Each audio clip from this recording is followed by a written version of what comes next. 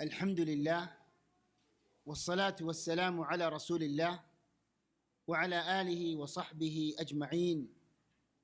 اللهم علمنا ما ينفعنا وانفعنا بما علمتنا وزدنا علما يا رب العالمين. اللهم إنا نسألك الإخلاص في القول والعمل واجعلنا من عبادك المخلصين. സ്നേഹം നിറഞ്ഞ സഹോദരന്മാരെ, പ്രബോധകരെ, സഹോദരികളെ, പഠിതാക്കളെ, ശ്രോതാക്കളെ, അസ്സലാമു അലൈക്കും വറഹ്മത്തുള്ളാഹി വബറകാതുഹു. വലിയ സന്തോഷമുള്ള ഒരു മഹത്തായ വിജ്ഞാനത്തിൻ്റെ, ഇൽമിൻ്റെ സദസ്സിനാണ് നാം എല്ലാവരും ഒരുമിച്ച് കൂടിയിരിക്കുന്നത്. അല്ലാഹുമ്മ ലക്കൽ ഹംദ്. അൽഹംദുലില്ലാഹി അല്ലദീ ബിനിഅമതിഹി തതിമ്മുസ് സ്വാലിഹാത്ത്.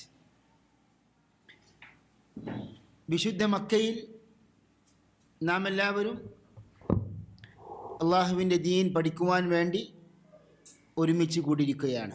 അല്ലാഹു സുബ്ഹാനഹു വ തആല സ്വീകരിക്കുമാറാകട്ടെ. തക്കതായ പ്രതിഫലം ഈ പരിപാടി, ഈ ക്ലാസ് സംഘടിപ്പിക്കുന്ന സംഘാടകർക്കും ഈ ക്ലാസ്സിൽ പങ്കെടുക്കുന്ന സഹോദരന്മാർക്കും സഹോദരികൾക്കും ഇത് ശ്രവിക്കുന്ന ശ്രോതാക്കൾക്കും എല്ലാവർക്കും അല്ലാഹു തക്കതായ പ്രതിഫലം നൽകി അനുഗ്രഹിക്കുമാറാകട്ടെ. മക്കയിൽ വെച്ചാണ് നമുക്കറിയാം വിശുദ്ധ ഖുർആൻ അവതീർണമായത്. വിശുദ്ധ ഖുർആനിൻ്റെ അവതരണത്തിൻ്റെ ആരംഭം മക്കയിൽ വെച്ചാണ്. അതുകൊണ്ടാണ് പണ്ഡിതന്മാർ പഠിപ്പിക്കുന്നത് മക്കി സൂറ എന്ന് പറഞ്ഞാൽ ഹിജ്റക്ക് മുമ്പ് അവതരിച്ചതെന്നർത്ഥം. മദനി സൂറ എന്ന് പറഞ്ഞാൽ ഹിജ്റക്ക് ശേഷം അവതരിച്ചത്. അത് മക്കയിൽ വെച്ച് അവതരിച്ചതാണെങ്കിലും അപ്പോൾ ആരംഭം ഇവിടെ വച്ചാണ്. ഈ പുണ്യമണ്ണിൽ തന്നെ നബി സ്വല്ലല്ലാഹു അലൈഹി വസല്ലമിൻ്റെ പ്രവാചകനായതിനു ശേഷം പ്രവാചക വചനങ്ങളുടെയും ആരംഭം മക്കയിൽ വെച്ചാണ്. ഇപ്പോൾ രണ്ടാം പ്രമാണത്തെ സംബന്ധിച്ചാണ് നാം പഠിച്ചുകൊണ്ടിരിക്കുന്നത്. അതിനാണ് ഇൽമുൽ ഹദീസ് എന്ന് പറയുക. ഇൽമുൽ ഹദീസ് രണ്ട് ഇനമാക്കി പണ്ഡിതന്മാർ തിരിച്ചിട്ടുണ്ട്. ഒന്ന് ഇൽമുൽ ഹദീസ് റിവായത്തൻ, അതേപോലെ ഇൽമുൽ ഹദീസി ദിറായത്തൻ. എന്താണ് റിവായത്ത് എന്ന് പറഞ്ഞാൽ? അതായത് ഹദീസിൻ്റെ മത്ന്, അതിൻ്റെ ടെക്സ്റ്റ്, അതിൻ്റെ നസ്സ് പഠിക്കുക, അത് റിവായത്ത് ചെയ്യുക. അതേപോലെ തന്നെ ഹദീസ് റിവായത്ത് ചെയ്യുമ്പോൾ അത് സഹീഹാണോ, സ്വീകാര്യമാണോ, അതല്ല തള്ളപ്പെട്ടതാണോ, ദുർബലമാണോ എന്ന കാര്യങ്ങളൊക്കെ നമുക്ക് മനസ്സിലാക്കണമെങ്കിൽ ചില മാനദണ്ഡങ്ങളുണ്ട്, നിയമങ്ങളുണ്ട്. അതിനാണ് ഇൽമുൽ ഹദീസി ദിറായത്തൻ എന്ന് പറയുക. വലൈക്കും അസ്സലാം. നമ്മുടെ ഈ പഠനം അൽ മൻദൂമത്തുൽ ബൈഖൂനിയ എന്ന ഈ കൃതി ഇൽമുൽ ഹദീസി ദിറായത്തൻ എന്ന വിഷയത്തിലാണ്. അതായത് ഹദീസ് നിദാന ശാസ്ത്രത്തിൻ്റെ വിഷയത്തിലാണ്. ഹദീസ് സഹീഹാണോ ദഈഫാണോ എന്ന് നമുക്ക് വേർതിരിച്ച് മനസ്സിലാക്കണമെങ്കിൽ അതിന് ഖവാനീനുണ്ട്, ഖവാഇദുണ്ട്. ആ നിയമങ്ങളാണ് ഈ ശാസ്ത്രത്തിലൂടെ നാം പഠിക്കുവാൻ ഉദ്ദേശിക്കുന്നത്.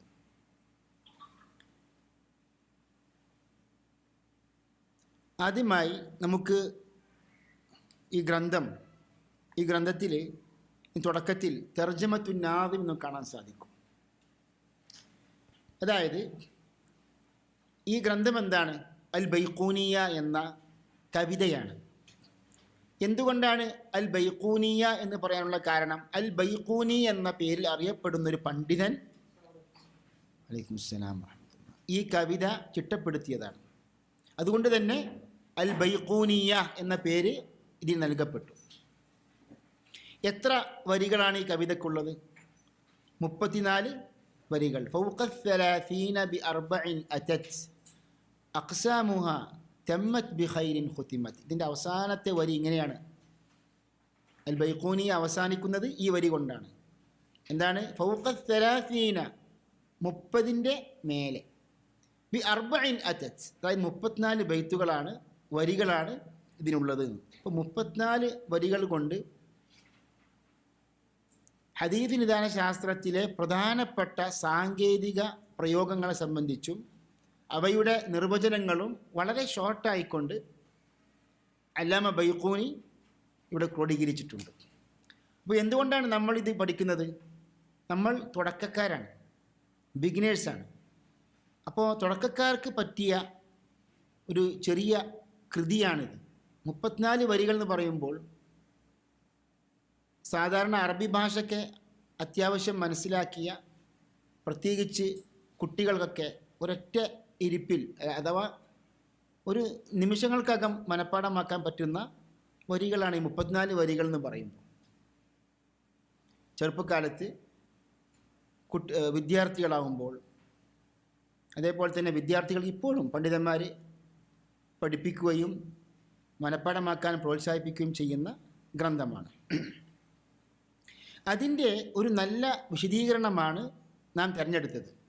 ഷെയ്ഖ് അൽബാനി റഹ്മത്തുള്ളാഹി അലൈഹി, നമുക്കറിയാം ആധുനിക കാലഘട്ടത്തിലെ ഏറ്റവും പ്രസിദ്ധനായ ഹദീസ് പണ്ഡിതനാണ്, മുഹദ്ദിസാണ്. ആര്?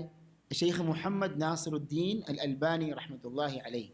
അദ്ദേഹത്തിൻ്റെ പ്രമുഖ ശിഷ്യന്മാരിൽപ്പെട്ട ഒരു പണ്ഡിതനാണ്, ഹദീസ് പണ്ഡിതനാണ് ഷെയ്ഖ് അലി ഹസൻ അൽ ഹലബി റഹിമഹുല്ലാ. അദ്ദേഹം ഈ അടുത്ത് മരണപ്പെട്ടു. ഷെയ്ഖ് അൽബാനിയുടെ ശിഷ്യന്മാരിൽ പ്രഗത്ഭനായ ഒരു പണ്ഡിതനാണ്. അദ്ദേഹം പല ഗ്രന്ഥങ്ങളും ഇങ്ങനെ തഹ്ഖീഖ് ചെയ്തിട്ടുണ്ട്. ഇത് തഹ്ഖീഖ് എന്ന് പറഞ്ഞാൽ, അതായത്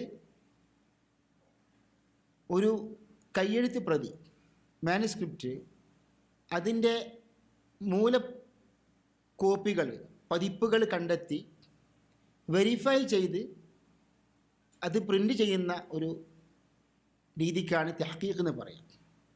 അതായത് ഇപ്പം അൽ ബൈഖൂനിയുടെ നോക്കൂ, നിങ്ങൾ ഇതിൽ കാണാൻ പറ്റും ഷെയ്ഖ് അലി ഹലബി, അതിൻ്റെ ബൈഖൂനിയയുടെ കയ്യെഴുത്ത് പ്രതിയുടെ ചിത്രം ഇവിടെ കാണിക്കുന്നുണ്ട്. ഞാൻ കാണിച്ചു തരാം. ഇതാ കണ്ടില്ലേ? ഇത് കണ്ടില്ലേ? എന്താണ് ഇവിടെ എൻ്റെ പതിപ്പിൽ 22ാമത്തെ പേജാണ്. ഉണ്ടോ? ബിസ്മില്ലാഹിർ റഹ്മാനിർ റഹീം അബ്ദഉ ബിൽ ഹംദി മുസല്ലിയൻ അലാ മുഹമ്മദിൻ ഖൈരി നബിയ്യിൻ ഉർസില. അപ്പോൾ പഴയ ഗ്രന്ഥങ്ങളൊക്കെ ഇങ്ങനെയാണ് എഴുതപ്പെട്ടത്. ഇതാണ് കയ്യെഴുത്ത് പ്രതി. പിന്നീട് ആണല്ലോ പ്രസ്സുകളൊക്കെ വന്നത്, ഗ്രന്ഥങ്ങളൊക്കെ അച്ചടിക്കപ്പെടാൻ തുടങ്ങിയത്.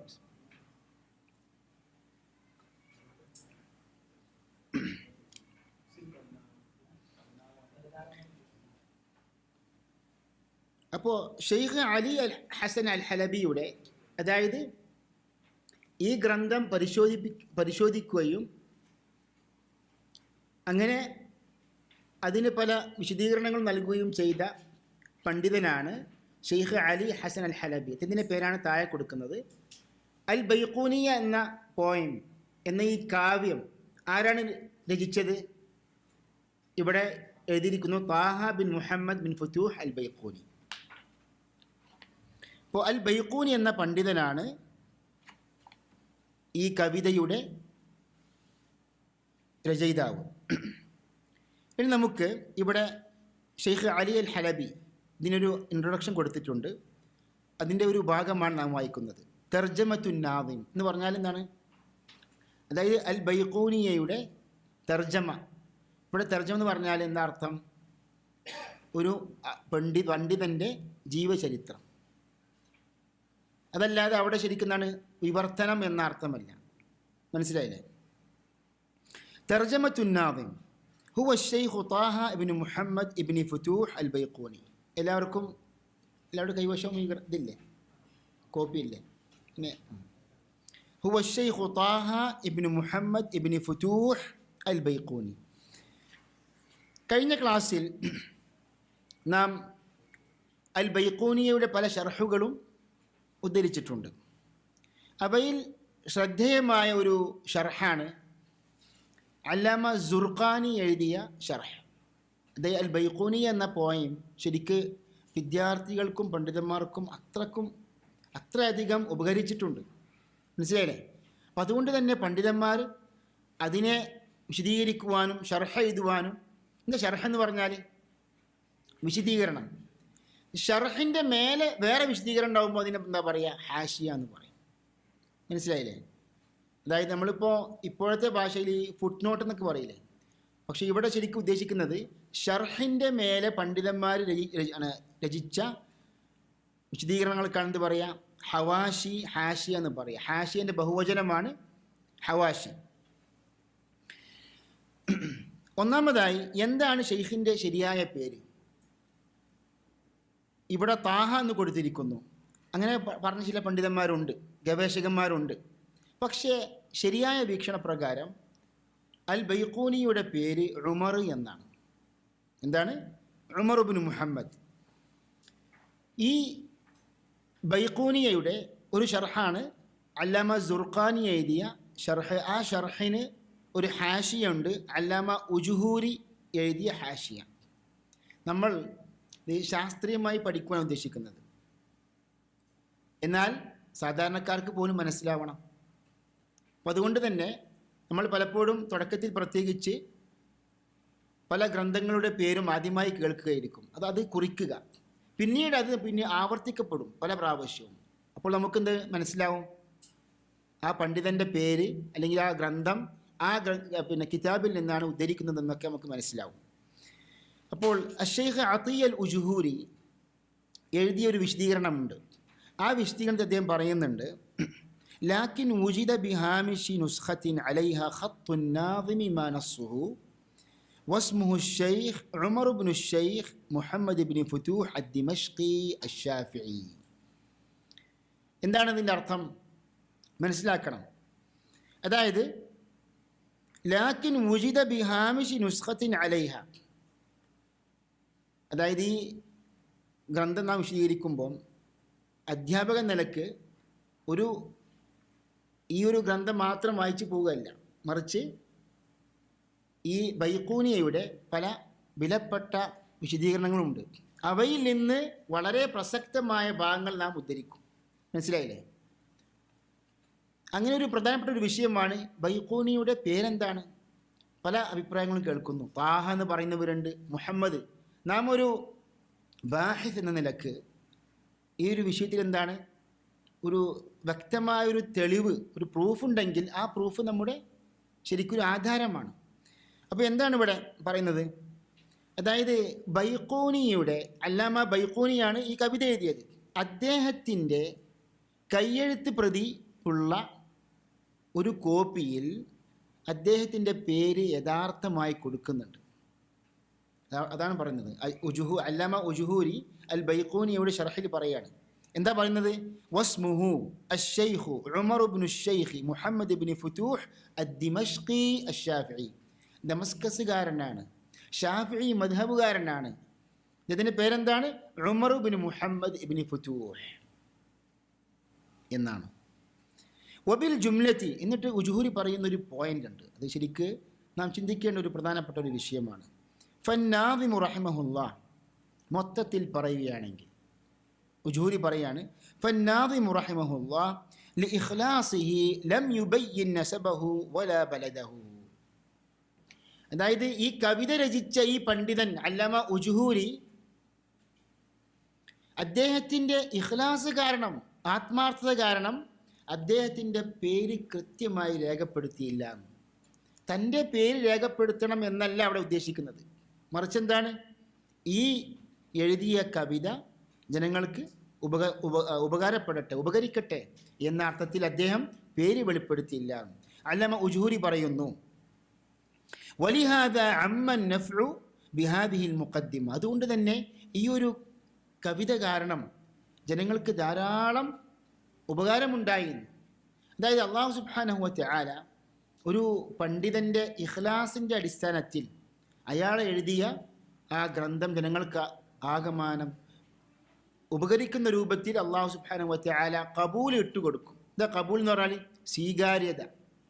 അത് അള്ളാഹുവിൻ്റെ തൗഫീഖാണ്. അതായത് അള്ളാഹു സുബ്ഹാനഹു വ തആല ഒരു മനുഷ്യനെ ഇഷ്ടപ്പെട്ടു കഴിഞ്ഞാൽ എന്താണ്? മലക്കുകളെ വിളിക്കും, ഞാൻ ഈ ദാസനെ ഇഷ്ടപ്പെടുന്നു. അത് എന്താണ്? അങ്ങനെ അവന് യൂദഉ ലഹുൽ ഖബൂലു ഫിൽ അർദ്, ഈ ഭൂമിയിൽ അവന് സ്വീകാര്യത അള്ളാഹു സുബ്ഹാനഹു വ തആല സ്ഥാപിക്കുമെന്നാണ്. ഇത് അള്ളാഹുവിൻ്റെ തൗഫീഖാണ്. അതുകൊണ്ട് തന്നെ ഇവിടെ പേര് കൃത്യമായി ബൈഖൂനി ഈ കവിതയിൽ രേഖപ്പെടുത്താത്തതിൻ്റെ പേരിൽ ഒരിക്കലും ഇത് അവഗണിക്കപ്പെട്ടിട്ടില്ല. പണ്ഡിതന്മാർ മറിച്ചെന്താ ചെയ്തത്? കൂടുതൽ ശ്രദ്ധിക്കുകയാണ് ചെയ്തത്, പരിഗണിക്കുകയാണ് ചെയ്തത്. എന്നിട്ട് അല്ലാമ ഉജ്ഹുരി പറയുന്നു, വഅതനാ ബിഹാ ജമാഅത്തുൻ ശറഹുഹ, പല പണ്ഡിതന്മാരും ഈ അൽ ബൈഖൂനിയ വിശദീകരിച്ചിട്ടുണ്ട്. ഫഇന്നഹാ സുബ്ദതു മാ ഫിൽ അൽഫിയ്യത്തി ലിൽ ഇറാഖി. അല്ലാമ ഉജ്ഹുരി ഹാഷിയയിൽ പറയുന്നു, അതായത് അൽ ഇറാഖി എന്ന പണ്ഡിതൻ എഴുതിയ 1000 വരികളുണ്ട്. ഇതിപ്പോൾ നമ്മൾ എത്ര പഠിക്കുന്നത്? 34 വരികൾ പഠിക്കാൻ തന്നെ നമുക്ക് പ്രയാസമുണ്ട് അല്ലേ? എന്നാൽ ഇതിൻ്റെ അവസാനത്തെ സ്റ്റേജ് എന്താണ്? അൽഫിയാണ്. 1000 വരികൾ എത്തുന്ന ഇമാം ഇറാഖി എഴുതിയ ഇബ്നു ഹജർ അസ്ഖലാനിയുടെ ഉസ്താദാണ് ആര്? അൽ ഹാഫിദുൽ ഇറാഖി. ഇൻഷാ അല്ലാഹ് നമ്മുടെ ഉദ്ദേശം എന്താണ്? അതിലേക്ക് എത്തിപ്പെടണമെന്നാണ്. എന്ന് പറഞ്ഞാൽ അൽഫിയയിലേക്ക് എത്തിപ്പെടണം. മനസ്സിലായില്ലേ? ആ ഒരു ഹിമ്മത്ത്, ആ ഒരു ആവേശം നമ്മിൽ വേണം. അതുകൊണ്ട് എന്ത് വേണം? ഒന്നാമതായി നമുക്ക് ഇഖ്ലാസ് വേണം. ഇതെന്താ പഠിക്കുന്നത്? ഇൻഷാ അല്ലാഹ് നാം അതിൻ്റെ പ്രാധാന്യം ഇവിടെ മുഖദ്ദിമ, വളരെ പ്രസക്തമായ ഒരു മുഖദ്ദിമ ഷെയ്ഖ് അലി ഹസൻ അൽ ഹലബി റഹ്മത്തുള്ളാഹി അലൈഹി ഇവിടെ ഉദ്ധരിക്കുന്നുണ്ട്. അത് വളരെ നാം ആവർത്തിച്ച് വായിക്കേണ്ട ഒരു ആമുഖമാണ്. അപ്പോൾ ഇമാം ഇറാഖിയുടെ അൽഫിയയുടെ സംക്ഷിപ്തമാണ്, അതിൻ്റെ ശരിക്ക് എന്താണ് അബ്സ്ട്രാക്റ്റ്, അതിൻ്റെ സുബ്ദയാണ്, ഖുലാസയാണ് ഏത്? അൽ ബൈഖൂനിയ. അപ്പോൾ ഇൽമുൽ ഹദീസ്, ഉസൂലുൽ ഹദീസ് പഠിക്കുന്നതിന് 3 ഘട്ടങ്ങളുണ്ട്. ഒന്ന് തുടക്കക്കാർക്ക്, പിന്നീട് 2ാമത്തെ ഘട്ടം, പിന്നീട് 3ാം ഘട്ടം, അതായത് അഡ്വാൻസ്ഡ്. അപ്പോൾ 1ാമത്തെ ഘട്ടം എന്താണ്? ബൈഖൂനിയ. 2ാം ഘട്ടം എന്താണ്? നുഖ്ബത്തുൽ ഫിക്ർ. ഇബ്നു ഹജർ അസ്ഖലാനി എഴുതിയ നുഖ്ബത്തുൽ ഫിക്ർ ഫി മുസ്തലഹി അഹ്ലിൽ അഥർ. 3ാമത്തെ ഘട്ടമാണ് അൽഫിയ. എന്ന് പറഞ്ഞാൽ എന്താണ്? 1000 ബൈത്തുകൾ. നമുക്ക് കൂടുതലായിട്ട് ഇങ്ങനെ കുറേ വിവരങ്ങൾ നമ്മൾ വായിച്ചെടുക്കുമ്പോൾ ഒരു പക്ഷെ മറക്കാൻ സാധ്യതയുണ്ട്. കവിത രൂപത്തിൽ പണ്ഡിതന്മാരാക്കുന്നതിൻ്റെ രഹസ്യം എന്താണ്? അത് മനസ്സിൽ ഉറക്കുവാൻ വേണ്ടി. അപ്പോൾ ഒരു കാര്യം നമുക്ക് പിടികിട്ടി. അല്ലാമ ബൈഖൂനിയുടെ പേരെന്താണ്? ഉമർ ഇബ്നു മുഹമ്മദ് ഇബ്നു ഫുതൂഹ് അദ്ദിമഷ്ഖി അശ്ശാഫിഈ. ഷെയ്ഖ് അലി ഹലബി പറയുന്നു, മുഹദ്ദിസുൻ ഉസൂലിയുൻ. നമുക്ക് നമ്മുടെ കിതാബിലേക്ക് വരാം.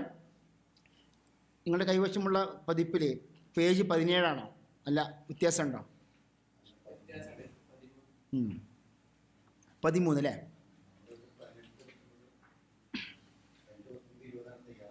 ഇൻഷാ അല്ലാഹ് അതിലേക്ക് വരുന്നുണ്ട്. അതാണ് നമ്മുടെ പ്രധാനപ്പെട്ട പാഠം ഇൻഷാ അല്ലാഹ്. അപ്പം അതിനു മുമ്പ് ആരാണ് അൽ ബൈഖൂനി എന്നൊരു കാര്യം നമുക്ക് അറിഞ്ഞിരിക്കേണ്ടതുണ്ട് ഇൻഷാ അല്ലാഹ്. ഫഇന്നഹാ സുബ്ദതു മാ ഫിൽ അൽഫിയ്യത്തി ലിൽ ഇറാഖി. ഇത് അല്ലാമ ഉജ്ഹുരിയുടെ പ്രസക്തമായ ചില വരികളാണ് നാം വായിച്ച് ഇപ്പോൾ വിശദീകരിച്ചത്. കഴിഞ്ഞ പ്രാവശ്യം വായിച്ചതാണ്. ഇനി മുഹദ്ദിസുൻ ഉസൂലിയുൻ. അപ്പോൾ ആരാണ് ഷെയ്ഖ് ബൈഖൂനി? മുഹദ്ദിസാണ്, ഹദീസ് പണ്ഡിതനാണ്, ഉസൂലിയാണ്. എന്ന് പറഞ്ഞാൽ ഉസൂലുൽ ഫിഖ്ഹിൽ അവഗാഹമുള്ള പണ്ഡിതനാണ്. കാന ഹയ്യൻ ഖബ്ല ആം 1080, ഖബ്ല ആമി 80 വ 1000. അതായത് 1080 വർഷങ്ങൾക്ക് മുമ്പ്, 1080 ഹിജ്റ 1080 മുമ്പ് അദ്ദേഹം ജീവിച്ചിരിക്കുന്ന ആളായിരുന്നു. അതായത് എത്രാം നൂറ്റാണ്ടുകാരനാണ്? ഹിജ്റ 11ാം നൂറ്റാണ്ടുകാരനാണ്. മിൻ ഉലമാഇൽ ഖർനിൽ ഹാദി അശർ. മനസ്സിലായില്ലേ? ആര്? അൽ ബൈഖൂനി. ലഹു കിതാബു ഫത്ഹുൽ ഖാദിറിൽ മുഗീസ്. ഫത്ഹുൽ ഖാദിറുൽ മുഗീസ് എന്നൊരു ഗ്രന്ഥം അദ്ദേഹത്തിനുണ്ട്. യഥാർത്ഥത്തിൽ ഈ ഒരു ഗ്രന്ഥം അല്ലാമ ബൈഖൂനിയുടെ ഗ്രന്ഥമല്ല, മറിച്ച് ഷെയ്ഖ് അബ്ദുൽ ഖാദിർ അൽ മഹല്ലി എന്ന് പറയുന്നൊരു പണ്ഡിതൻ എഴുതിയ ബൈഖൂനിയൊക്കെ എഴുതിയ ഷർഹാണിത്. അത് അബദ്ധത്താൽ ബൈഖൂനിയുടെ ഗ്രന്ഥമാണെന്ന് പറഞ്ഞു. ഏത്? ഈ ഫത്ഹുൽ ഖാദിറിൽ മുഗീഫ് എന്നൊരു ഗ്രന്ഥം ഉണ്ട് എന്ന് പറയുന്നു ഷെയ്ഖ്. വഹു മഖ്തൂത്തുൻ ഫി മക്തബത്തി തൂബഖ്ബു തുർക്കിയ. തുർക്കിയയിലുള്ള ഒരു ലൈബ്രറിയിൽ അത് കയ്യെഴുത്ത് പ്രതിയാണെന്ന് ഷെയ്ഖ് അലി ഹസൻ അൽ ഹലബി ഉദ്ധരിക്കുന്നു. ഖുൽതു ذكر بعض علماء الحديث أن اسم الناظم رحمه الله هو عمر بن محمد لكن الأستاذ كحالة جزم بأن اسمه طه وشك في ذلك الأستاذ الزركلي فقال عمر أو طه والله تعالى أعلم. ആധുനികരായ ചില ഗവേഷകന്മാരാണ്, അതായത് ഇപ്പോൾ ആധുനിക കാലഘട്ടത്തിൽ ഗ്രന്ഥങ്ങളെക്കുറിച്ചും അറബിക് വേൾഡിലുള്ള ഇസ്ലാമിക് ചരിത്രത്തിലുള്ള ഗ്രന്ഥങ്ങൾ, വ്യക്തിത്വങ്ങൾ, അവരെക്കുറിച്ച് പെട്ടെന്ന് നമുക്ക് മനസ്സിലാക്കണം. ഒരു പണ്ഡിതൻ്റെ പേര്, ആ പണ്ഡിതൻ എഴുതിയ ഗ്രന്ഥങ്ങൾ. അപ്പോൾ ആ വിഷയത്തിൽ ഉള്ള ആധുനിക കാലഘട്ടത്തിലെ ശ്രദ്ധേയമായ ശരിക്കൊരു വലിയൊരു സമാഹാരമാണ് ഒന്ന് ഖൈറുദ്ദീൻ സിരിക്ലി എഴുതിയ അൽ അഅ്ലാം. അതാണ് ഇവിടെ ഷെയ്ഖ് കൊടുക്കുന്നത്. രണ്ട് മുഅ്ജമുൽ മുഅല്ലിഫീൻ എന്ന ഗ്രന്ഥമുണ്ട്. ഷെയ്ഖ് ഉസ്താദ് കഹാല, ഉമർ റിദ കഹാല എഴുതിയ രണ്ട് മൗസൂഅകളാണത്. മനസ്സിലായില്ലേ? അപ്പോൾ സിരിക്ലി എന്ന പണ്ഡിതൻ എഴുതിയ ഒരു വലിയ, അദ്ദേഹം ചരിത്ര പണ്ഡിതനാണ്. അദ്ദേഹം എഴുതിയ അൽ അഅ്ലാം എന്ന് പറഞ്ഞാൽ എന്താണ്? അറിയപ്പെട്ട വ്യക്തിത്വങ്ങൾ. അപ്പോൾ നിങ്ങൾക്ക് പെട്ടെന്ന് ഒരാളെ, ഏതെങ്കിലും ഒരു പണ്ഡിതൻ്റെ പേര് പെട്ടെന്ന്, അയാളെ പേര്, അയാൾ എപ്പോഴാണ് മരണപ്പെട്ടത്, അയാൾ എപ്പോഴാണ് ജീവിച്ചത്, അയാൾ എഴുതിയ ചില പ്രധാനപ്പെട്ട ഗ്രന്ഥങ്ങളെക്കുറിച്ചൊക്കെ പെട്ടെന്ന് വിവരം കിട്ടണം. അപ്പോൾ എന്താണ് ചെയ്യേണ്ടത്? നിങ്ങൾ സിരിക്ലി എഴുതിയ അൽ അഅ്ലാം എന്ന ഗ്രന്ഥം റെഫർ ചെയ്യുക. ഇനി നമുക്ക് അടുത്ത പേജിൽ എന്താണ്? ഷുറൂഹു അൽ മൻദൂമത്തിൽ ബൈഖൂനിയ. അൽ ബൈഖൂനിയയുടെ ചില പ്രധാനപ്പെട്ട ഷർഹുകളാണ്. അത് നിങ്ങൾ ഓരോരുത്തരും വായിച്ച് മനസ്സിലാക്കേണ്ടതാണ്. അവയിൽ പെട്ടതാണ്. നോക്കൂ നിങ്ങൾ, രണ്ടാമതായി എഴുതിയ എന്താണ്? ഷർഹു സുർഖാനി. ഇത് അച്ചടിക്കപ്പെട്ടിട്ടുണ്ട്. ഷർഹു സുർഖാനി, മാലിക്കി മദ്ഹബുകാരനായ അറിയപ്പെട്ട ഒരു പണ്ഡിതനാണ് സുർഖാനി. അദ്ദേഹത്തിൻ്റെ ഷർഹിൻ്റെ ഹാഷിയത്താണ് പിന്നീട് മൂന്നാമതായി കൊടുക്കുന്നത്. സുർഖാനിയുടെ ഷർഹ് എന്ന് പറഞ്ഞാൽ അദ്ദേഹത്തിൻ്റെ വിശദീകരണം. അതിനെഴുതിയ ഹാഷിയത്ത്, തഅലീഖാത്താണ് മൂന്നാമത്തെ ഗ്രന്ഥം. ഹാഷിയത്തുൽ ഉജ്ഹൂരി അലാ ഷർഹി അസ്സുർഖാനി. ഹാഷിയത്തുൽ ഉജ്ഹൂരി അലാ ഷർഹി അസ്സുർഖാനി. ഇനി നമുക്ക് നമ്മുടെ ഇന്നത്തെ പാഠത്തിലേക്ക് പ്രവേശിക്കുകയാണ്. അഹമ്മിയത്തുൽ ഇസ്നാദ്. അഹമ്മിയത്തുൽ ഇസ്നാദ്. നാം കഴിഞ്ഞ ക്ലാസ്സിൽ തുടക്കത്തിൽ ഹദീസ് നിദാശാസ്ത്രത്തിൻ്റെ പ്രാധാന്യത്തെക്കുറിച്ച് വിശദീകരിച്ചിട്ടുണ്ട്. പല ഉദ്ധരണികളും വായിച്ചിട്ടുണ്ട്. എന്നാൽ ഇവിടെ ഷെയ്ഖ് അലി ഹസൻ അൽ ഹലബി അൽ ബൈഖൂനിയയുടെ ഷർഹിൻ്റെ തുടക്കത്തിൽ ഗൗരവപൂർവമായി അദ്ദേഹം ഇസ്നാദിൻ്റെ പ്രാധാന്യം, എന്താ ഇസ്നാദ് പറഞ്ഞാൽ? പരമ്പര. ഹദീസ് നാം സ്വീകരിക്കണമെങ്കിൽ അതിൻ്റെ പരമ്പര സഹീഹായിരിക്കണം. എന്ന് പറഞ്ഞാൽ ആ ഹദീസ് റിവായത്ത് ചെയ്ത റാവിമാരുടെ ആ ഒരു സിൽസില, ആ സിൽസിലയിലുള്ള, ആ ചെയിനിലുള്ള റാവിമാരെന്തായിരിക്കണം? വിശ്വാസ യോഗ്യരായിരിക്കണം. ശരി, നമുക്ക് വായിക്കാം. അൽ ഇസ്നാദു ഖസീസത്തുൻ ഫാദിലത്തുൻ ലിഹാദിഹിൽ ഉമ്മ. എന്തതിനർത്ഥം? ഈ ഉമ്മത്തിന് മഹത്തായ ഒരു സവിശേഷതയാണ് ഇസ്നാദ്. അൽ ഇസ്നാദു ഖസീസത്തുൻ ഫാദിലത്തുൻ ലിഹാദിഹിൽ ഉമ്മ. ഈ ഉമ്മത്തിന് പ്രത്യേകതയാണ്. അതുകൊണ്ടാണ് മുമ്പുള്ള വേദഗ്രന്ഥങ്ങൾക്ക് എന്തില്ല? പരമ്പരകളില്ല. നമ്മുടെ ദീനിൽ, ഈ ഉമ്മത്തിൽ ഹദീസിനാകട്ടെ ഖുർആനിനാകട്ടെ എന്തുണ്ട്? പരമ്പരയുണ്ട്.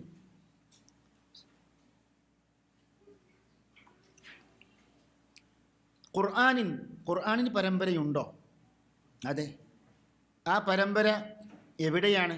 ഇപ്പം നമുക്ക് സഹീഹുൽ ബുഖാരി, സഹീഹ് മുസ്ലിമൊക്കെ വായിച്ചു കഴിഞ്ഞാൽ എന്ത് കാണാൻ പറ്റും? പരമ്പരകൾ കാണാൻ പറ്റും, അല്ലേ? പക്ഷേ ഖുർആനിൻ്റെ പരമ്പരയോ? അത് ഇൽമുൽ ഖിറാഅത്തിൽ രചിക്കപ്പെട്ട ഗ്രന്ഥങ്ങളിൽ പണ്ഡിതന്മാർ കുറിച്ചിട്ടുണ്ട്. അവയിൽ ശ്രദ്ധേയമായ അറിയപ്പെട്ടൊരു ഗ്രന്ഥമാണ് അന്നശ്ർ ഫിൽ ഖിറാഅത്തിൽ അശ്ർ. 10 ഖിറാഅത്തുകളിൽ പണ്ഡിതന്മാർ ഇമാം ഇബ്നുൽ ജസരി റഹ്മത്തുള്ളാഹി അലൈഹി രചിച്ച അറിയപ്പെട്ട വിഖ്യാത ഗ്രന്ഥമാണ് അന്നശ്ർ ഫിൽ ഖിറാഅത്തി അൽ അശ്ർ. അതിൽ 10 ഖിറാഅത്തുകളുടെയും പരമ്പരകൾ ഉദ്ധരിച്ചിട്ടുണ്ട്. 10 ഖിറാഅത്തുകളുടെയും പരമ്പരകൾ ഉദ്ധരിച്ചിട്ടുണ്ട്. ഇപ്പോൾ നമ്മുടെ റിവായത്ത് ആരുടെ റിവായത്താണ്? ഇമാം ഹഫ്സിൻ്റെ റിവായത്ത്.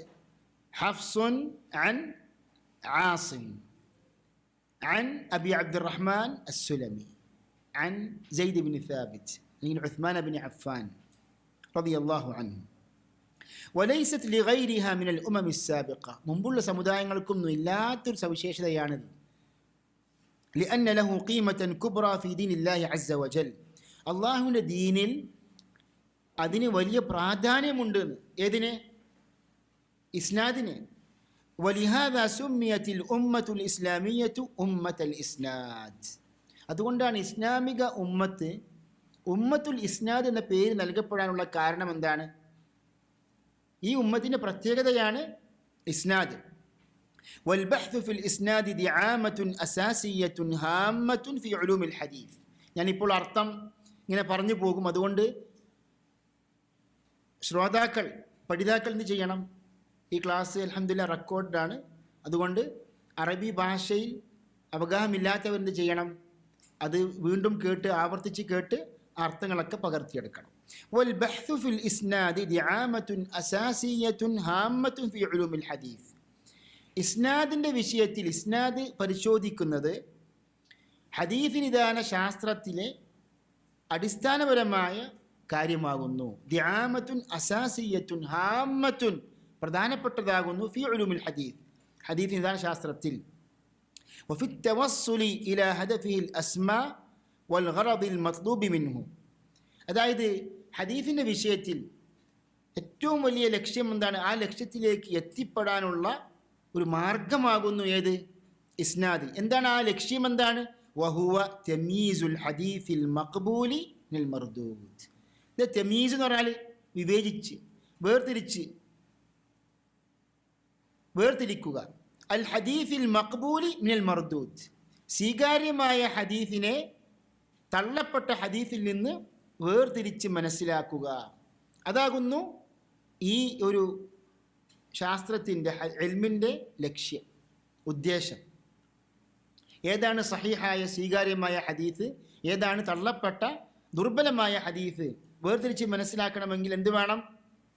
ഇസ്നാദിനെ സംബന്ധിച്ചുള്ള ഇൽമ് വേണം. ഖാല സുഫിയാൻ ഉസ്സൗരി, അറിയപ്പെട്ട സലഫുകളിൽ അറിയപ്പെട്ട പണ്ഡിതനാണ് ഇമാം സുഫിയാൻ ഉസ്സൗരി റഹ്മത്തുള്ളാഹി അലൈഹി. എന്താണ് പറഞ്ഞത്? അൽ ഇസ്നാദു സിലാഹുൽ മുഅ്മിൻ. ഇസ്നാദ് വിശ്വാസിയുടെ ആയുധമാണ്.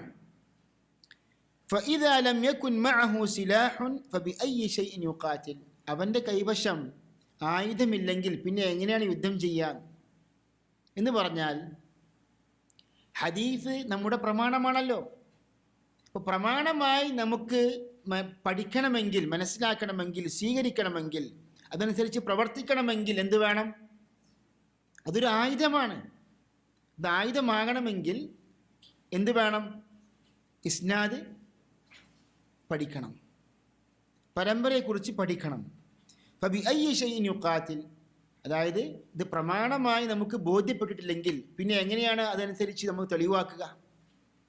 പിന്നെ എങ്ങനെ പ്രമാണമാകുക, തെളിവാകുക? വഖാല അബ്ദുല്ലാഹി ബിൻ മുബാറക്, സലഫുകളിൽ വളരെ പ്രസിദ്ധനായ ഹദീസ് പണ്ഡിതനാണ് ഇമാം അബ്ദുല്ലാഹി ഇബ്നുൽ മുബാറക് റഹ്മത്തുള്ളാഹി അലൈഹി. അദ്ദേഹം പറയുന്നു, അൽ ഇസ്നാദു ഇൻദി മിനദ്ദീൻ. ഇസ്നാദ് എൻ്റെ വീക്ഷണപ്രകാരം ദീനിൻ്റെ ഭാഗമാണ്, ദീനിൽ പെട്ടതാകുന്നു. എന്താ കാരണം? ലൗലൽ ഇസ്നാദു ലഖാല മൻ ശാഅ മാ ശാഅ. അതായത് ഹദീസ് എന്ന രണ്ടാം പ്രമാണത്തെ അല്ലാഹു സുബ്ഹാനഹു വ തആല സംരക്ഷിച്ച ഒരു മാർഗമാണ് ഏത്? ഇസ്നാദ്. അതുകൊണ്ട് ഹദീസ് പ്രമാണമാകണമെങ്കിൽ, പ്രമാണമായി നമുക്ക് മനസ്സിലാക്കണമെങ്കിൽ എന്ത് വേണം? ഇസ്നാദ് വേണമെന്ന്. അതുകൊണ്ട് അൽ ഇസ്നാദു മിനദ്ദീൻ, ദീനിൽപ്പെട്ടതാകുന്നു. ലൗലൽ ഇസ്നാദു, ഇസ്നാദ് ഇല്ലായിരുന്നുവെങ്കിൽ ലഖാല മൻ ശാഅ മാ ശാഅ, ഇവിടെ നാം മനസ്സിലാക്കണം, ഷെയ്ഖ് അലി ഹലബി റഹ്മത്തുള്ളാഹി അലൈഹി ഓരോ ഉദ്ധരണി കൊടുക്കുമ്പോൾ നോക്കൂ നിങ്ങൾ ഫുട് നോട്ട് കൊടുക്കുന്നുണ്ട്. അത് വളരെ പ്രധാനപ്പെട്ടതാണ്. അതായത് പഠിതാക്കളോട് എനിക്ക് പറയാനുള്ളത്, നിങ്ങളിവിടെ മേലെ ഈ മെയിൻ ടെക്സ്റ്റ് നിങ്ങൾ വായിക്കുന്നതോടൊപ്പം തന്നെ ഫുട് നോട്ടിന് പ്രാധാന്യം കൊടുക്കണം. ഇപ്പോൾ നമ്മൾ വായിച്ച അവസാനത്തെ ഉദ്ധരണി ആര് റിപ്പോർട്ട് ചെയ്തതാണ്? ഇമാം മുസ്ലിം. ഇമാം മുസ്ലിമിൻ്റെ സഹീഹിൽ നിന്നുള്ള പ്രധാനപ്പെട്ട ഒരു ഉദ്ധരണിയാണിത്. എന്ത്? അൽ ഇസ്നാദു മിനദ്ദീൻ, ഇസ്നാദ് ദീനിൽപ്പെട്ടതാകുന്നു. ലൗലൽ ഇസ്നാദു ലഖാല മൻ ശാഅ മാ ശാ. ഇമാം മുസ്ലിം റഹ്മത്തുള്ളാഹി അലൈഹി സഹീഹ് മുസ്ലിമിൻ്റെ തുടക്കത്തിൽ ആമുഖത്തിൽ ഇസ്നാദിൻ്റെ പ്രാധാന്യം പഠിപ്പിക്കുവാൻ വേണ്ടി റിപ്പോർട്ട് ചെയ്ത, പരമ്പര സഹിതം റിപ്പോർട്ട് ചെയ്ത ഉദ്ധരണിയാണിത്. വഖാല ഇബ്നു സീരീൻ, അറിയപ്പെട്ട താബിഈ പണ്ഡിതനാണ് ഇമാം ഇബ്നു സീരീൻ റഹ്മത്തുള്ളാഹി അലൈഹി. ഇമാം തിർമിദി റിപ്പോർട്ട് ചെയ്ത ഉദ്ധരണിയാണിത്. എന്താണ്? കാനു ഫി സമനിൽ അവ്വൽ,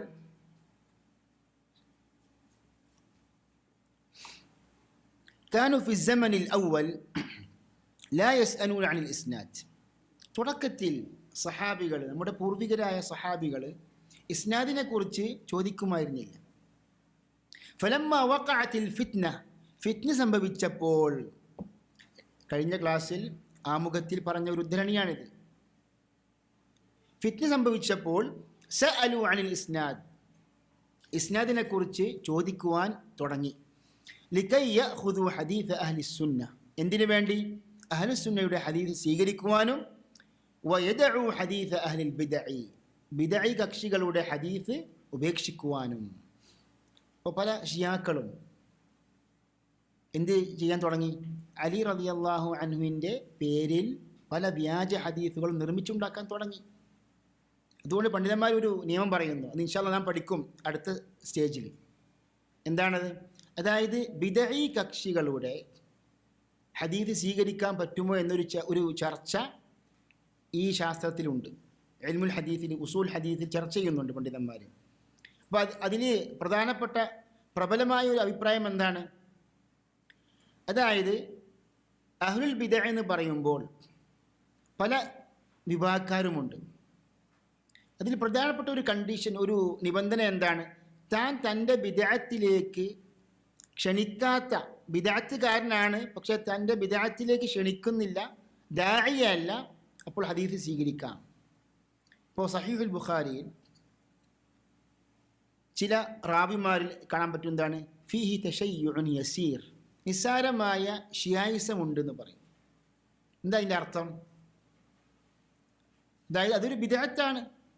അതായത് അലി റളിയല്ലാഹു അൻഹു ആണോ ഉസ്മാൻ റളിയല്ലാഹു അൻഹു ആണോ കൂടുതൽ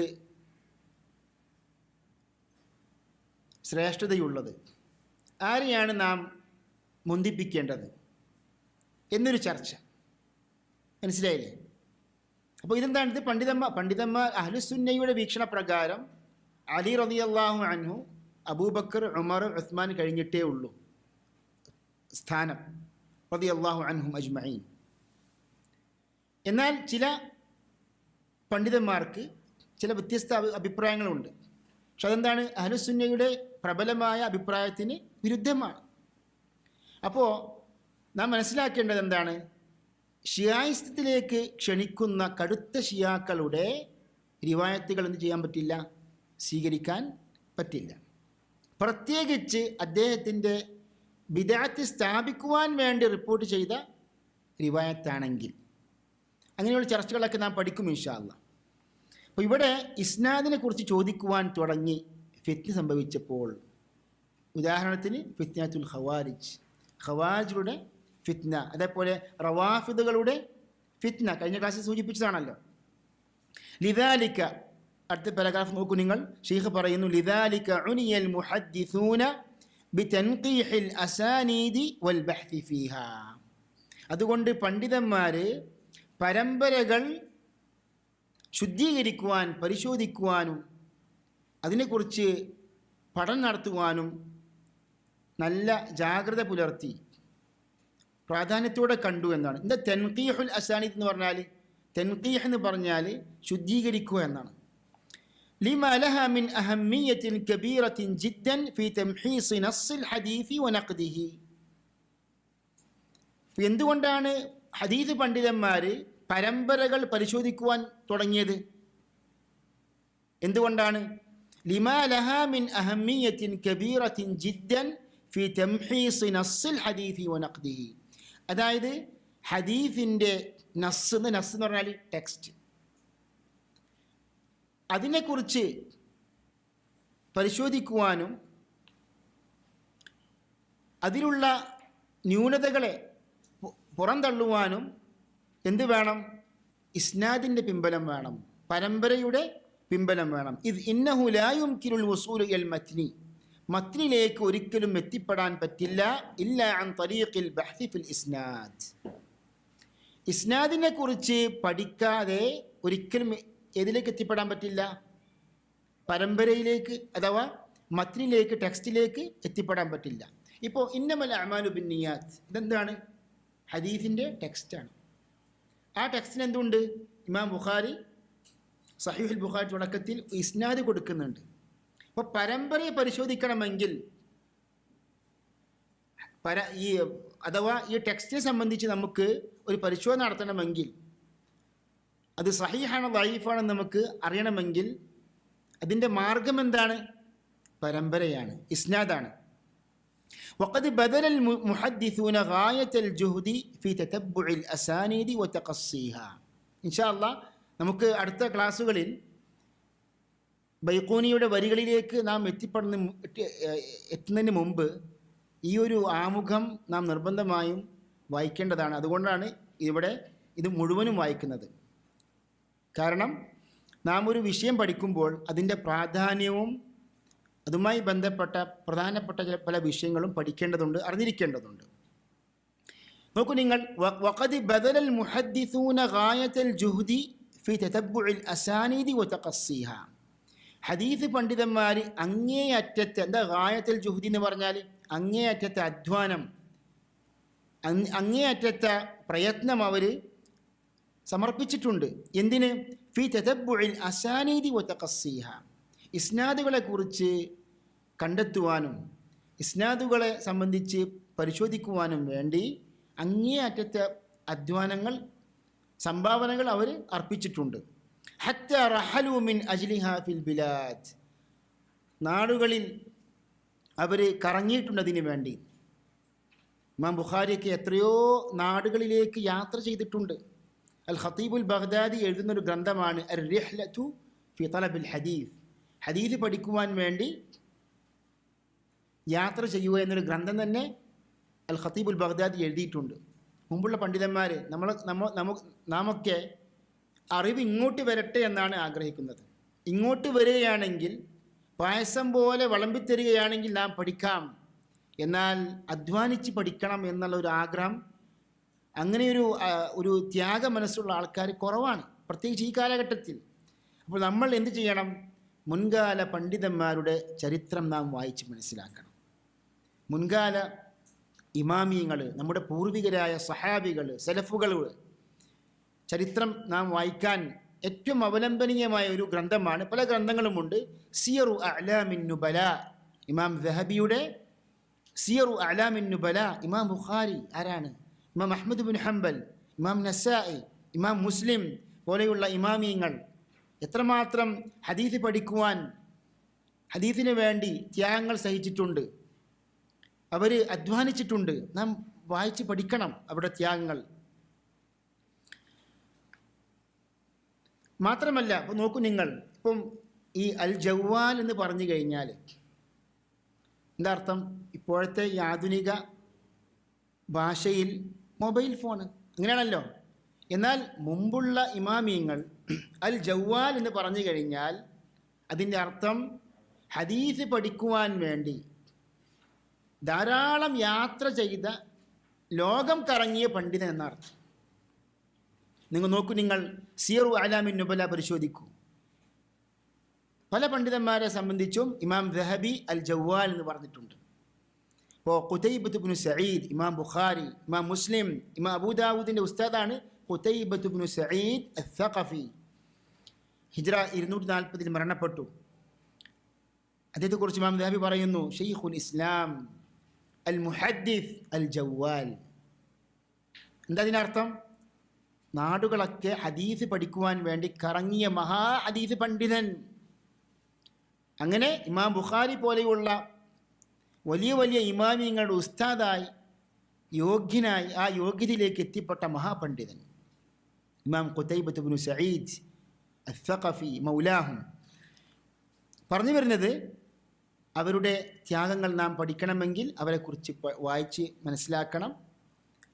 ഇമാം ദഹബി എഴുതിയ സിയറു അലാമിൻ നുബല എന്ന മഹാ ചരിത്ര ഗ്രന്ഥമുണ്ട്, ഒരു ഉദാഹരണമാണ്. ഷെയ്ഖ് പറയുന്നു, വജാലു ഫിൽ ആഫാഖ്, പല ദിക്കുകളിലേക്കും പ്രദേശങ്ങളിലേക്കും അവർ കറങ്ങി. ലിക്കൈ യഅ്സുറു അലാ ഇസ്നാദ്, ഒരു പരമ്പര കിട്ടുവാൻ വേണ്ടി, പഠിക്കുവാൻ വേണ്ടി അവർ നാടുകൾ യാത്ര ചെയ്തു. ഔ ലിയബ്ഹസു ഫി ഇസ്നാദിൻ സഉബ അലൈഹിം അംറുഹു, അല്ലെങ്കിൽ പ്രയാസം പിടിച്ച അവർക്ക് പിടികിട്ടാത്ത ചില പരമ്പരകളുണ്ടാവും, അതിനെക്കുറിച്ച് അന്വേഷിക്കുവാൻ വേണ്ടി അവർ യാത്ര ചെയ്തു. വഹാദ മിൻ അഅ്ളമി നിഅമില്ലാഹി അലാ ഹാദിഹിൽ ഉമ്മ, ഈ ഉമ്മത്തിന് അള്ളാഹു നൽകിയ ഏറ്റവും വലിയ അനുഗ്രഹങ്ങളിൽപ്പെട്ടതാകുന്നു ഇത്. കാരണം ഇങ്ങനെയാണ് അള്ളാഹു സുബ്ഹാനഹു വതആല ഹദീസിനെ സംരക്ഷിച്ചിട്ടുള്ളത്. ഹദീസ് സംരക്ഷിക്കുവാൻ അള്ളാഹു സുബ്ഹാനഹു വതആല പണ്ഡിതന്മാരെ ഏർപ്പെടുത്തി, ഹദീസ് ഗ്രന്ഥങ്ങൾ രചിക്കുവാൻ അവരെ പ്രേരിപ്പിച്ചു. അള്ളാഹുവിന് വലിയൊരു അനുഗ്രഹമാണ്. നസ്തൗസിഉ ശുക്റല്ലാഹി ശുക്ര ഹാദിഹിൻ നസ്തൗസിഉല്ലാഹ ശുക്ര ഹാദിഹിൻ നിഅമ. നസ്തൗസിഉല്ലാഹ ശുക്ര ഹാദിഹിൻ നിഅമ എന്ന് പറഞ്ഞാൽ, അതായത് ഈ നിഅമത്തിന് നന്ദി കാണിക്കുവാൻ വേണ്ടി നാം അള്ളാഹുവിനോട് തേടുക, ഈ നന്ദി കാണിക്കുവാൻ പ്രേരിപ്പിക്കുവാൻ വേണ്ടി അള്ളാഹുവിനോട് തേടുക. وقال ربي أوزعني أن أشكر نعمتك التي أنعمت علي وعلى والدي. ഇത് ഔസിഅനി എന്ന് പറഞ്ഞാൽ അൽഹിംനി. ഇമാം തബരി പറയുന്നു തഫ്സീറിൽ അൽഹിംനി. അതേപോലെ ഹർറിദ്നി, എനിക്ക് പ്രചോദനം നൽകൂ അല്ലാഹുവേ. നസ്തൗസിഉല്ലാഹ ശുക്ര ഹാദിഹി നിഅമ വനസ്അലുഹു الثبات على الحق, അതായത് സത്യത്തിൽ ഉറച്ചു നിൽക്കുവാൻ അള്ളാഹുവിനോട് നാം ചോദിക്കുക. والتوفيق لما يقرب منه ويزلف لديه, അള്ളാഹുവിലേക്ക് അടുപ്പിക്കുന്നത് എന്താണോ ആ അടുപ്പിക്കുന്ന സൽക്കർമ്മങ്ങളിലേക്ക്, കാര്യങ്ങളിലേക്ക് നമ്മെ അള്ളാഹു സുബ്ഹാനഹു വതആല തൗഫീഖ് ചെയ്യുമാറാകട്ടെ. വയുമസ്സികുന ബിതാഅതി ഇന്നഹു വലിയ്യുൻ ഹമീദ്, അതായത് അള്ളാഹുവിനെ അനുസരിച്ചുകൊണ്ട് നമ്മെ ഉറപ്പിച്ചു നിർത്തുവാൻ വേണ്ടി അള്ളാഹു തൗഫീഖ് ചെയ്യുമാറാകട്ടെ. ഇന്നഹു വലിയ്യുൻ ഹമീദ്, അള്ളാഹു രക്ഷകർത്താവാണ്, സുദീർഹനാണ്. വഖദ് ഖാല ഇമാമു നവവി ഫിൽ ഇർഷാദ്, ഇർഷാദു തുല്ലാബിൽ ഹഖായിഖ് ഇലാ മഅരിഫതി സുനനി ഖൈറിൽ ഖലായിഖ് എന്നൊരു ഹദീസ് നിദാന ശാസ്ത്രത്തിലെ ഒരു ഗ്രന്ഥമുണ്ട് ഇമാം നവവിക്ക്. അതിൻ്റെ ഷോർട്ടാണെന്ത്? ഇർഷാദ് എന്ന് പറയും. ഇമാം നവവിയുടെ അൽ ഇർഷാദിൻ്റെ, ഇമാം നവവി തന്നെ എഴുതിയ മുഖ്തസറാണ്, ഷോർട്ടായ ഗ്രന്ഥമാണ് എന്ത്? അൽ തഖ്രീബ്. അതിൻ്റെ ഷർഹാണ് ഇമാം സുയൂത്തി എഴുതിയ തദ്രീബുർ റാവി. പല തുല്ലാബുൽ ഇൽമും കേൾക്കാറുണ്ട് തദ്രീബുർ റാവീൻ. അത് ഇമാം നവവിയുടെ തഖ്രീബിൻ്റെ ഷർഹാണ്. എന്താണ് ഇമാം നവവി പറയുന്നത്? നാം ശ്രദ്ധിച്ച് കേൾക്കണം. അതായത് ഹദീസ് നിദാന ശാസ്ത്രത്തിൻ്റെ പ്രാധാന്യം. ഇൽമുൽ ഹദീസ് ഇൽമുൻ ശരീഫ്, പരിശുദ്ധമായ ശാസ്ത്രമാകുന്നു, വിജ്ഞാനമാകുന്നു ഇൽമുൽ ഹദീസ്. ഹദീസ് നിദാന ശാസ്ത്രം പരിശുദ്ധമായ ഇൽമാകുന്നു. യുനാസിബു മകാരിമൽ അഖ്ലാഖി വ മഹാസിന അശ്ശിയം, സൽ സ്വഭാവങ്ങളോട് സൽഗുണങ്ങളോട് യോജിച്ച ശാസ്ത്രമാകുന്നു.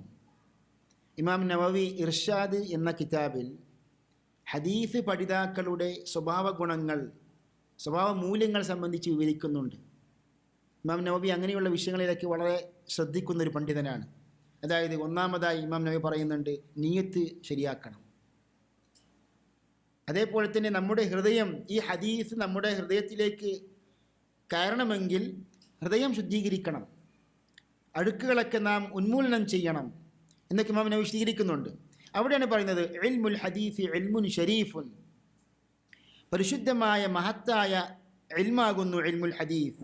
യുനാസിബു മകാരിമൽ അഖ്ലാഖി വ മഹാസിന അശ്ശിയം വഹുവ മിൻ ഉലൂമിൽ ആഖിറ ലാ മിൻ ഉലൂമിദ് ദുനിയ. അതായത് ആഖിറത്തിൽപ്പെട്ട, അതായത് പരലോകവുമായി ബന്ധമുള്ള ഇൽമാകുന്നു, അത് ഭൗതികമായ ഇൽമല്ല. വമൻ ഹുരിമഹു, ഇത് വല്ലവൻ നഷ്ടമായാൽ, അതായത് ഈ ഹദീസിന്റെ ഇൽമ് വല്ലവൻ നഷ്ടമായാൽ ഫഖദ് ഹുരിമ ഖൈറൻ അദീമ, അവന് വലിയ മഹത്തായ ഖൈറാണ് അവൻ നഷ്ടമായത്. അതുകൊണ്ട് നാം അത്രക്കും പ്രാധാന്യമുള്ള ഒരു ഇൽമാണ് നാം പഠിക്കുവാൻ ഉദ്ദേശിക്കുന്നത്. അല്ലാഹു സുബ്ഹാനഹു വ തആല തൗഫീഖ് ചെയ്യുമാറാകട്ടെ. വമൻ റുസിഖഹു ഫഖദ് നാല ഫദ്ലൻ ജസീല, അതായത് ഇത് വല്ലവനും പഠിക്കുവാൻ സാധിച്ചു കഴിഞ്ഞാൽ, അള്ളാഹു തൗഫീഖ് ചെയ്തു കഴിഞ്ഞാൽ അവന് വലിയ ശ്രേഷ്ഠതയാണ് അവന് നേടിയിരിക്കുന്നത് എന്ന് ഇമാം നവവി അൽ ഇർഷാദിൽ പറയുന്നു. എന്നിട്ട് അവസാനം ഇമാം ഷെയ്ഖ് അലി അൽ ഹലബി റഹ്മത്തുള്ളാഹി അലൈഹി ചില കവിതകൾ കൊണ്ടാണ് ഈ ഒരു പാഠം അവസാനിപ്പിക്കുന്നത്. ദീനുൻ നബിയ്യി മുഹമ്മദിൻ അഖ്ബാറു. എന്താ അർത്ഥം? ദീനുൻ നബിയ്യി മുഹമ്മദിൻ, മുഹമ്മദ് നബി സല്ലല്ലാഹു അലൈഹി വസല്ലം ദീൻ എന്ന് വെച്ചാൽ എന്താണ്? അഖ്ബാറാണ്, അതായത് ഹദീസുകളാകുന്നു. നിഅമൽ മതിയ്യതു ലിൽ ഫത ആസാറു, അതായത് ഒരാൾക്ക് എത്രമാത്രം നല്ലൊരു വാഹനമാണ് ഏത്? ആസാർ എന്ന് പറഞ്ഞാൽ ഹദീസുകൾ, റിപ്പോർട്ടുകൾ. ലാ തർഗബന്ന അനിൽ ഹദീസി വ അഹ്ലിഹി, ഹദീസിൽ നിന്നും ഹദീസിൻ്റെ ആൾക്കാരിൽ നിന്നും നീ പിന്മാറിക്കളയരുത് എന്ന്. ഈ റഗീബ എന്ന വാക്കിന് അർത്ഥം എന്താണ്?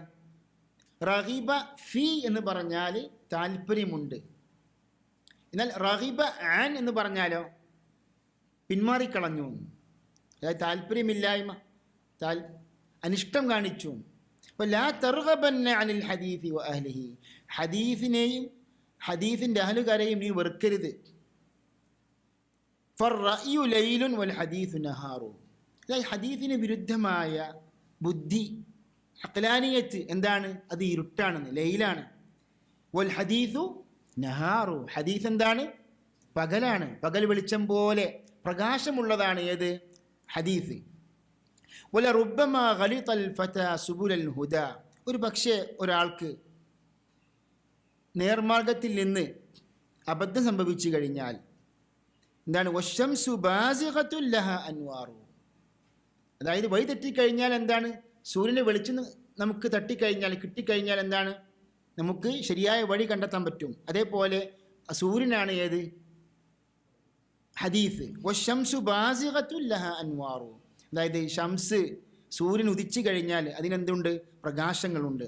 വഖദ് ഖീല, അതേപോലെ വേറൊരു കവി പാടി, അഹ്ലുൽ ഹദീസി ഹുമു അഹ്ലുൻ നബിയ്യി വ ഇൻ ലം യസ്ഹബു നഫ്സഹു അൻഫാസഹു സഹിബു, അതായത് അഹ്ലുൽ ഹദീസ് ആരാകുന്നു? അഹ്ലുൻ നബി, അവർ നബിയുടെ ആൾക്കാരാകുന്നു. വ ഇൻ ലം യസ്ഹബു നഫ്സഹു, നബിയുടെ ശരീരത്തോടൊപ്പം നബിയുടെ കൂടെ അവർക്ക് കൂട്ടുകൂടാൻ സാധിച്ചില്ലെങ്കിലും നബിയുടെ അൻഫാസ്, ശ്വാസങ്ങളോടൊപ്പം തന്നെ അവരെന്താണ്? അവർ ജീവിച്ചിരിക്കുന്നുണ്ട് എന്ന് പറഞ്ഞാൽ നബിയുടെ വചനങ്ങളോടൊപ്പം അവർ ജീവിക്കുകയാണ്. നബി വസല്ലം ജീവിച്ചിരിക്കുമ്പോൾ അവർക്ക് ജീവിക്കാൻ സാധിച്ചില്ല, പക്ഷെ എങ്കിൽ പോലും നബിയുടെ സല്ലല്ലാഹു അലൈഹി വസല്ലം വചനങ്ങൾ അവർ പഠിക്കുന്നു, ആ വചനങ്ങളോടൊപ്പം അവർ ജീവിക്കുന്നു. അതുതന്നെയാണ് വലിയ ഖൈറ് എന്ന്. അതേപോലെ അവസാനത്തെ വരികളാകുന്നു, ഇൻ ഇദാ റുംത അൻ തതവഖൽ ഹുദാ, സന്മാർഗം കണ്ടെത്തുവാനും പഠിക്കുവാനും താങ്കൾ ഉദ്ദേശിക്കുകയാണെങ്കിൽ, ഹുദ പഠിക്കുവാൻ ഉദ്ദേശിക്കുകയാണെങ്കിൽ, എന്താണ് റുംത എന്ന് പറഞ്ഞാൽ? ഉദ്ദേശിച്ചാൽ. വ അൻ തഅതിയൽ ഹഖ്ഖ മിൻ ബാബിഹി, ഹഖിലേക്ക് എത്തിപ്പെടുവാൻ താങ്കൾ ഉദ്ദേശിച്ചാൽ, ഫദഅ കുല്ല ഖൗലിൻ വമൻ ഖാലഹു ലിഖൗലിൻ നബിയ്യി വ അസ്ഹാബിഹി, ഏതൊരുവൻ്റെയും അഭിപ്രായം നബിയുടെ വചനത്തിലേക്കും നബിയുടെ അനുചരന്മാരായ സഹാബികളുടെ വചനങ്ങളിലേക്കും വിട്ടുകൊടുക്കുക. ഫദഅ, ഉപേക്ഷിക്കുക. കുല്ല ഖൗലിൻ വമൻ ഖാലഹു, ഏതൊരാളുടെയും വചനം ഉപേക്ഷിക്കുക. ഏതിലേക്ക് മടക്കണം? ലിഖൗലിൻ നബിയ്യി വ അസ്ഹാബിഹി, സഹാബികളുടെയും പ്രവാചക വചനങ്ങളിലേക്കും മടക്കണം. ഫലം തൻജു മിൻ മുഹ്ദസാത്തിൽ ഉമൂരി ബിഗൈരിൽ ഹദീസി വ അർബാബിഹി, അതായത് ബിദ്അത്തുകളിൽ നിന്ന് താങ്കൾക്ക് രക്ഷ തേടാൻ സാധിക്കുകയില്ല ഹദീസും ഹദീസിൻ്റെ പണ്ഡിതന്മാരുമില്ലാതെ എന്ന് കവി പാടിയ ആ വരികൾ ഇവിടെ അവസാനമായി ഉദ്ധരിക്കുന്നു. ഇവിടെ 3 ഗ്രന്ഥങ്ങളാണ് ഷെയ്ഖ് അലി അൽ ഹലബി കൊടുത്തിട്ടുള്ളത്. ഒന്ന് ഷറഫു അസ്ഹാബിൽ ഹദീസ്, അൽ ഖത്തീബുൽ ബഗ്ദാദി എഴുതിയ വളരെ പ്രധാനപ്പെട്ട ഒരു ഗ്രന്ഥമാണ്. ഹദീസ് പണ്ഡിതന്മാരുടെ, ഹദീസ് പഠിതാക്കളുടെ ഷറഫ് എന്ന് പറഞ്ഞാൽ എന്താണ്? ആ ഒരു ശ്രേഷ്ഠത, ആ ഒരു സ്ഥാനം. പിന്നെ നമ്മുടെ ഇന്ത്യക്കാരനായ മഹാപണ്ഡിതനാണ്, ഹിജ്റ 1307 മരണപ്പെട്ട, ഇന്ത്യക്കാർക്ക് പോലും ഇപ്പോൾ പരിചയമില്ലാത്ത മഹാപണ്ഡിതൻ ഷെയ്ഖ് സിദ്ദീഖ് ഹസൻ ഖാൻ, ഭോപ്പാലുകാരനായ മഹാഹദീസ് പണ്ഡിതൻ, സലഫി പണ്ഡിതൻ സിദ്ദീഖ് ഹസൻ ഖാൻ റഹ്മത്തുള്ളാഹി അലൈഹി. അദ്ദേഹം ഈ അൽ കുതുബുസ് സിത്ത, ബുഖാരി, മുസ്ലിം, അബൂ ദാവൂദ്, ഇബ്നു മാജ അങ്ങനെയുള്ള ഏറ്റവും പ്രധാനപ്പെട്ട 6 ഹദീസ് ഗ്രന്ഥങ്ങളുണ്ടല്ലോ, അതിനെ സംബന്ധിച്ച് വിശദമായ ഒരു പഠനമാണ് അൽ ഹിത്ത ഫി ദിക്രി സിഹാഹി സിത്ത എന്ന ഗ്രന്ഥം. അവയിൽ ഉള്ള ചില പ്രധാനപ്പെട്ട വരികളാകുന്നു ഇവിടെ ഷെയ്ഖ് അലി അൽ ഹലബി റഹ്മത്തുള്ളാഹി അലൈഹി മുഖദ്ദിമയിൽ ആമുഖത്തിൽ കൊടുത്തിട്ടുള്ളത്. ഇൻഷാ അള്ളാഹ് അടുത്ത ക്ലാസ്സിൽ ഇൻഷാ അള്ളാഹ് നാം അൽ മൻദൂബുൽ ബൈഖൂനിയ എന്ന സാക്ഷാൽ കാവ്യവരികളുടെ ആരംഭം അടുത്ത ക്ലാസ് മുതൽ ഇൻഷാ അള്ളാഹ് നാം നടത്തുന്നതാണ്. അള്ളാഹു സുബ്ഹാനഹു വ തആല ഹദീസിൻ്റെ ഇൽമ് ആഴത്തിൽ പഠിക്കുവാനും അതിൻ്റെ പ്രയോഗങ്ങളും എല്ലാ വശങ്ങളും മനസ്സിലാക്കുവാനും അത് നമ്മുടെ ജീവിതത്തിൽ ഉപകരിക്കുവാനും അള്ളാഹു സുബ്ഹാനഹു വ തആല തൗഫീഖ് ചെയ്യുമാറാകട്ടെ. വആഖിറു ദഅവാന അനിൽ ഹംദുലില്ലാഹി റബ്ബിൽ ആലമീൻ വസല്ലല്ലാഹു വസല്ലമ അലാ നബീന വറസൂലിന മുഹമ്മദ് വഅലാ ആലിഹി വസഹ്ബിഹി അജ്മഈൻ. വസ്സലാമു അലൈക്കും വറഹ്മത്തുള്ളാഹി വബറകാതുഹു.